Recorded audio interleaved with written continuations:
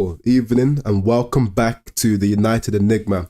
So of course you can already see in the title and on the screen here, we're going over a preview for the Manchester United versus Galatasaray game on Tuesday. There are a lot of major ramifications leading on from this match. After the loss to Crystal Palace just a couple of days ago, now literally just yesterday even, we need to adjust, we need to start again, and we really need to ask ourselves, is it about time some big decisions need to be made in terms of the starting lineup? And do some of the people that are much loved in the fan base, the player FC, do some of these guys need dropping for this game? We're going to get into that, of course, and we're going to start with my predicted lineup. Now, before people start trying to kill me with the addition of Bruno in there, this lineup I've gone is what I predict Ten Hag will do, what changes he would make. Of course, the first question I'm going to put out there is, should Ten Hag be dropping both Rashford and Bruno? Tell me in the comment section if you think that both should be dropped, or is it one or the other should be dropped for this game. I have my own opinions, which we'll get into now. So briefly, what I would do is, for starters, before we even get on to Rashford and Bruno, because those are the easy guys, the people that are talked about the most frequently, that apparently getting rid of them is the easiest way to solve some of the woes we've been having on the pitch. I would get rid, almost as high priority as those two, Lindelof from our starting centre-back role, currently next to Varane. Why, some people may ask. I'm getting sick and tired right now of people seeming to think that Lindelof is some sort of world-class ball-playing centre-back just because he has some nice highlight reels of him playing great lob-through balls over the top to Rashford and a couple of times to Bruno for them to go on and score a goal. Yes, he's played some nice balls that have gotten assists, but those are flash-in-the-pan moments. People don't want to admit it, they don't like to say it, but Varane is better on the ball than Lindelof, and I'm done having to tell people these things. Lindelof is meant to be in this team. The reason why people rate him the most is because of his ball playing ability. Because everyone knows how soft he is. We saw him get bullied by Mateta. So everyone appreciates that the Iceman melts a lot of the times on the pitch. But they want him in the team because he's great on the ball. And nowadays, sexy football above doing your job properly. Lindelof, if you look at the stats from the previous game he played against Palace, he played so many backwards and sideways passes, it's horrendous. Almost all of his passes just went to Varane, almost every single time. If I'm getting it correctly, maybe correct me if I'm wrong in the chat, I don't believe he even played more than 3 passes forward through the lines in the previous game. He literally did not do it. And you wonder why we struggled at times to move the ball from back to front. Remember a guy in there who's getting beaten physically from time to time. And on the same time, what you're in the team for, which is meant to be great on the ball, you're not even doing that at the moment. So, bro, Lindelof, I wouldn't have him in this team, but will Ten Hag make that change? I don't think he will. We go on to the next person, our captain, Bruno. We all know Bruno is not getting dropped from this game. We can have the conversation though. Should Bruno be dropped? Me personally, I don't actually think that game against Crystal Palace that Bruno was that bad. I don't think he was particularly great, mind you, but he wasn't insanely bad. We as United fans, if you've been watching United for the past few years since Bruno's been here, you have seen him put up some displays that at times have been nothing short of embarrassing. And really and truly, no lies aside, I genuinely believe that Bruno wasn't the worst at Palace. Could he have been significantly better? If we had a Maddison there or an Odegaard, could he have done better? Yes. But was he the reason we lost to Palace? No, I do not believe so. But Rashford, on the other hand, that was a truly putrid display from him yesterday. If there's any person that requires dropping with immediate effect, is Rashford. And you know what's stunning? The fact that we've complained many times about Ten Hag never subbing off Rashford, and he did, it tells you all you need to know currently. And even made some comments about Rashford in the post-match interview. That tells you that, you know what, maybe Ten Hag isn't completely blind to the poor performances of Marcus Rashford. And let's just hope and pray, because he's one of those players that the minute the going gets tough for Man United, let's call a spade. In that first 20 minutes of the game, we actually looked threatening. Bruno was popping up in the lines. Mount was laying off the ball well to Bruno. Rashford was isolating Ward time after time after time. But every single time he squandered it, running into people, poor passes, couldn't get a shot off. Every single time, did niche. So if he's going to, and then at the minute they scored, he just spent the entirety of the game eating grass. He was finished. We can't have someone on the pitch in a Champions League night who's not willing to go to war. So Garnacho, he did more in about 20 minutes than Rashford did in about 70. He should be starting this game, no questions asked. I believe Evans, or maybe, I don't want to say, but Maguire, who knows? Should Maguire be starting? I'd still go Evans. I'd go Evans and Varane at the back, but this, I still believe Lindelof will start. So I'll go Lindelof. And Bruno's not getting dropped. 1, he's Ten Hag's captain. 2, I don't think he was so bad that he was warranted in being dropping. So I'm just going to go for that.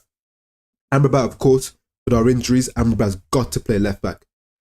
It's not what we want to see. Quite frankly, I'd rather his starting position and his only position be in the midfield areas, but we're going to have to be forced to invert. The difference that could potentially be a problem is in this game, because Galatasaray are a much better team than Palace, who actually, under their manager, if I just get up the Galatasaray manager, his name is Okan Buruk.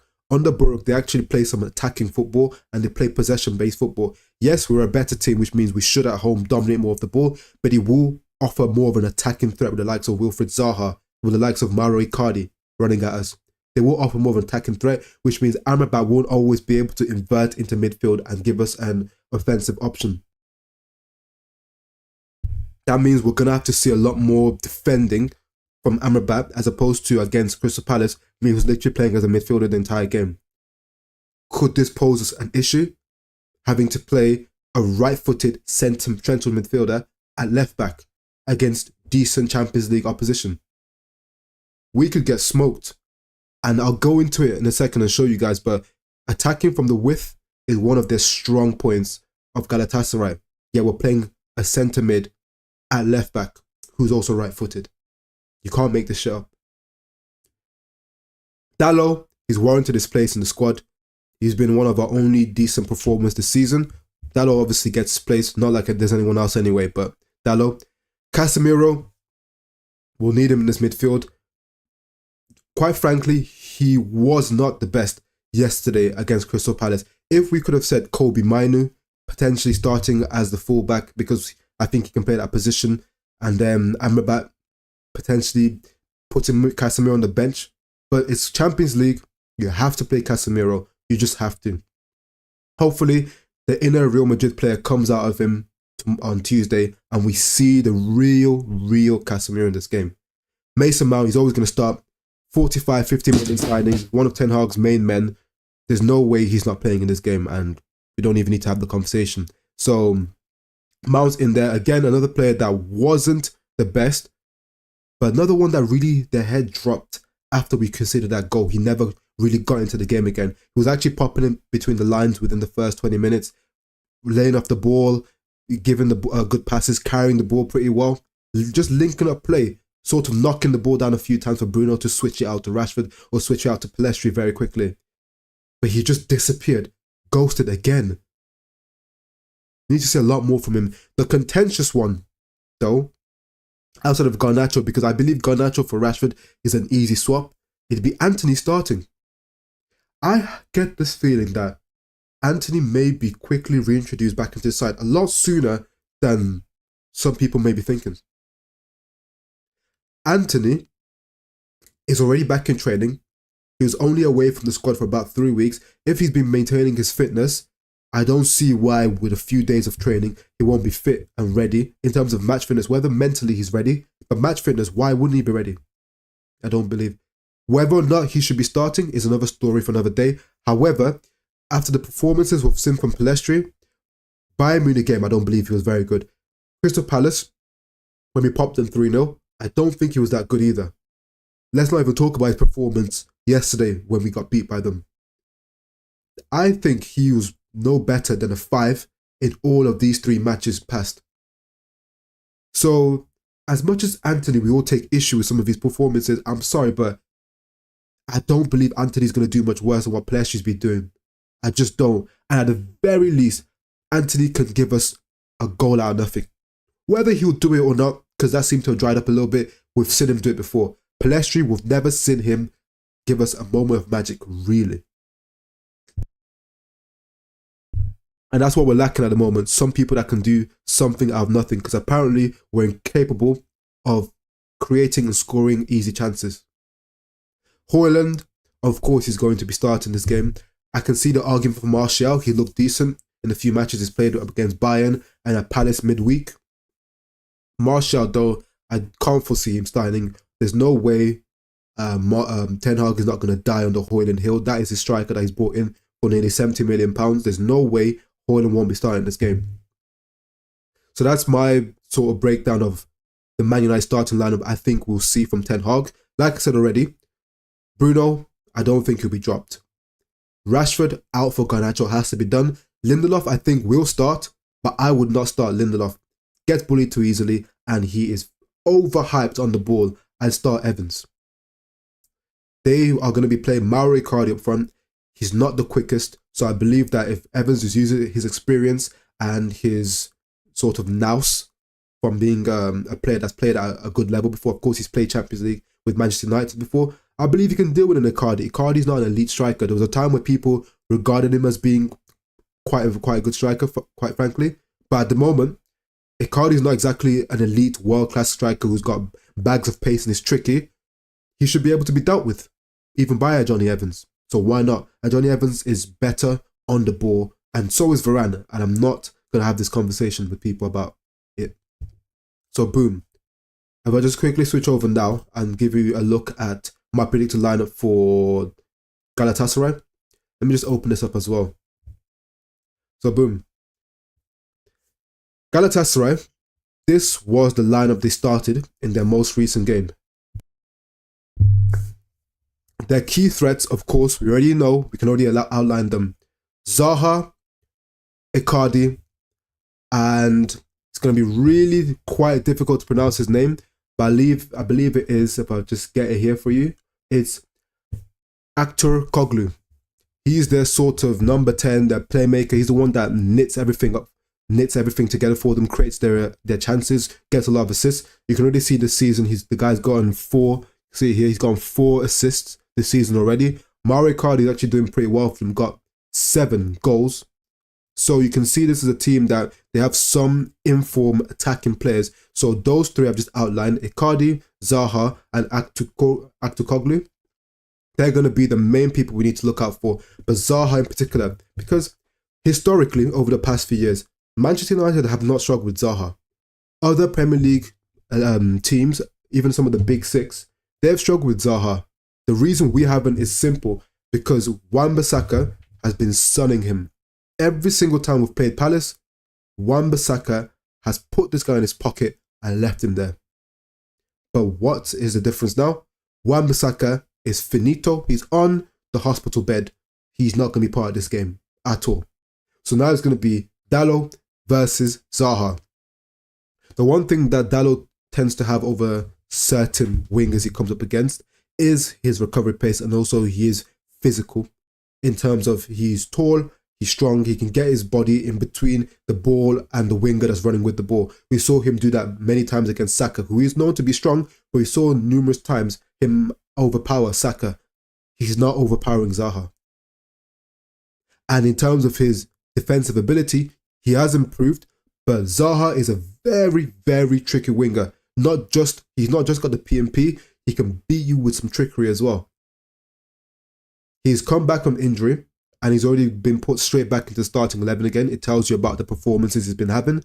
Luckily for us, they're actually lacking Hakim Ziyech, because we've already seen this season how we struggle from crosses.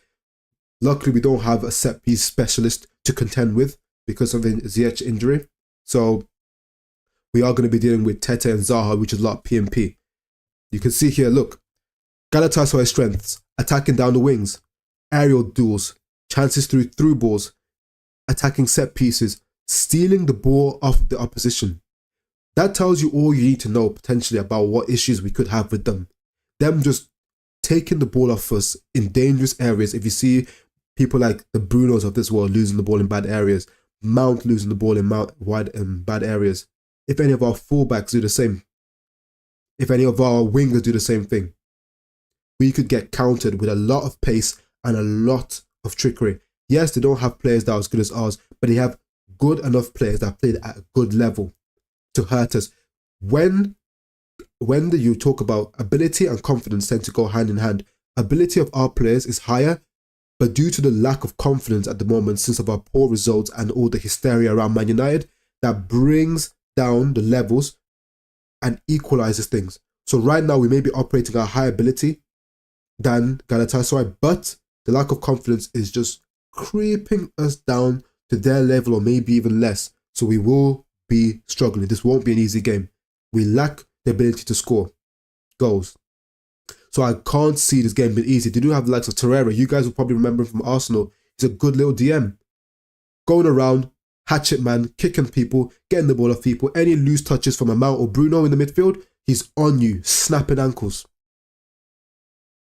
This won't be an easy game. I'm not even going to talk about the game away at Galatasaray. We can't even hack going away at Selhurst Park. What are we going to do in a stadium full of madmen throwing flares? They literally have a net up around the stadium to protect the players from these tapped fans. When they're going to be throwing flares on the pitch, got people like Rashford and them man shitting their pants. So this game has to be a must win. Has to be. And I'm just worried about the recurring issues cropping up because now we're playing against a team that is very, very much an issue for us potentially because their strengths are our weakness. Tracking midfield runners, cutbacks, turnovers of possession. The type of goals they score and the type of chances they create are the types of goals that come from that we've made many mistakes this season. So I'm worried about that and I can't lie. However, their weaknesses are defending counterattacks and stopping opponents from creating chances. They don't have the best defense. Yes, it's not all about names, but Angelino, we remember from his time as Man City and also RB Leipzig. This is a player that is very much a marauding fullback. The guy don't defend. The guy does not defend. He's like Trent at home. Very much going forward, does a good job. Defensively, suspect as hell.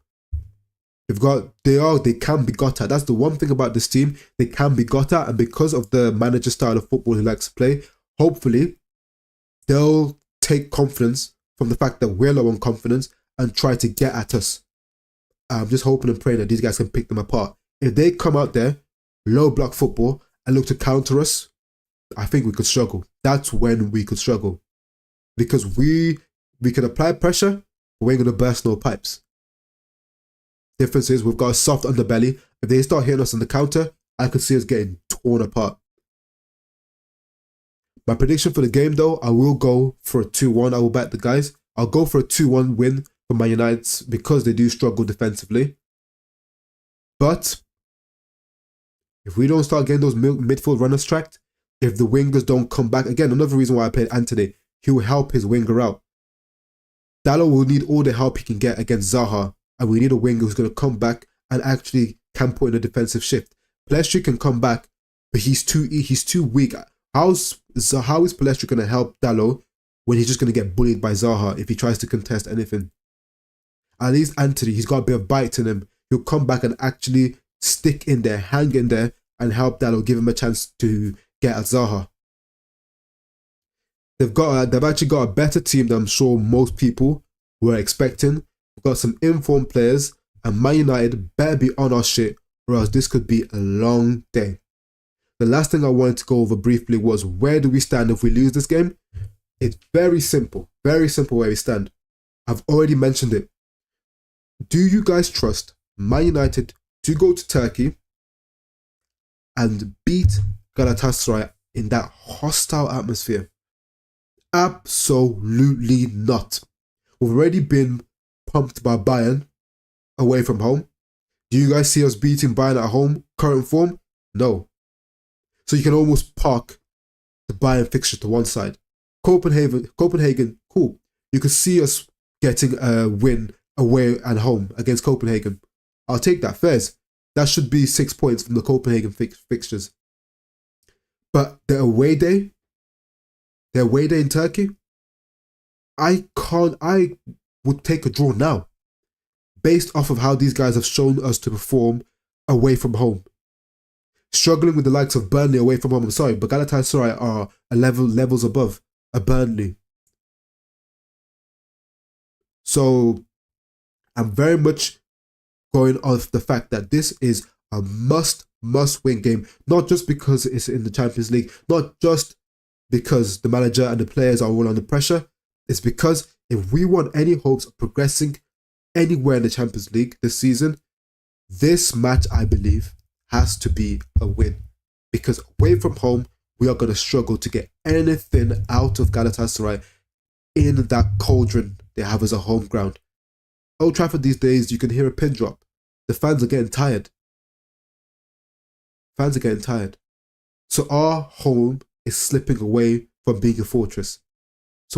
But irrespective of that, we need to get the win today because I don't see a win in Turkey. That's been my match preview. Like I said, 2-1. Manager's on the fire. If he loses this game, I think heads are going to start turning. A lot of the Ten Hag ins and the Ten Hag doubts are going to start moving into Ten Hag doubt and Ten Hag out. That's my little rhyme for you. That's been my match preview for the Galatasaray game on Tuesday. Tell me who you guys will be dropping for this game, who you'd be starting. Will Antony start? That's the question. Would you drop Bruno and Rashford? What about Lindelof? Would you drop Onana? Some people seem to think Onana is a problem. Tell me. Like, comment, subscribe to the channel.